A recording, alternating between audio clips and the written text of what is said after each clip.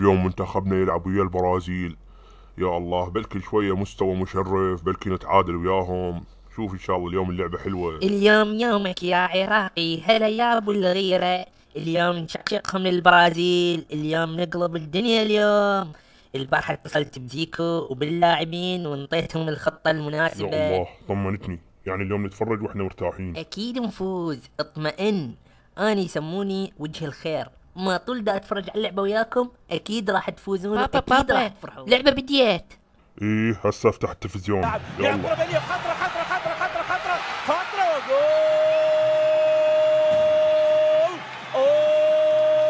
عادي هذا الهدف الاول، عادي تكتيك مال ابو الزيك، هاي كلها ضمن الخطة. هسه نتعادل. بالدقيقة 22 من عمر المباراة، هذا الجمهور البرازيلي في ملعب نادي سويد بانك، في ملعب سويد بانك، في ملعب سويد بانك، ملعب نادي مالمو، ويسجل اللاعب اوسكار.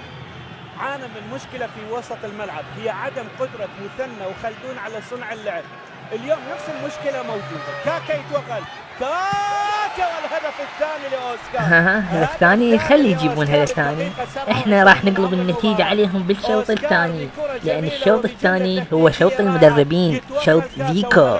الكرة الى اوسكار اللي يتوغل من بين المدافعين ويسجل الهدف ايه فرحوا، يلا فرحوا شوية البرازيليين، خطية. كنت اقول احنا لكم بالشوط الثاني. المنتخب العراقي في مباراة اليابان بعدم امكان مثنى خالد وخلدون من صنع اللعب، واليوم نفس الحالة، هناك تفكك في الشوط الاول.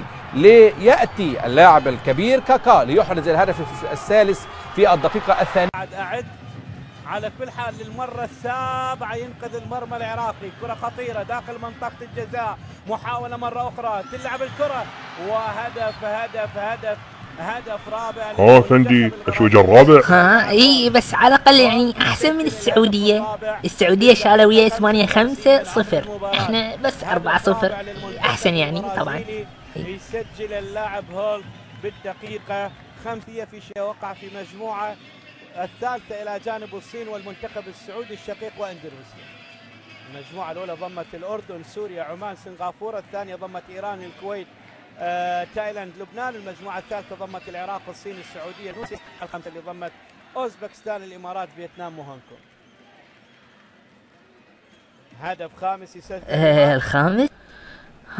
تذكرت اللاعبين قالوا لي نريد نهدي الفوز زيكو، هو برازيلي على مود يفرح.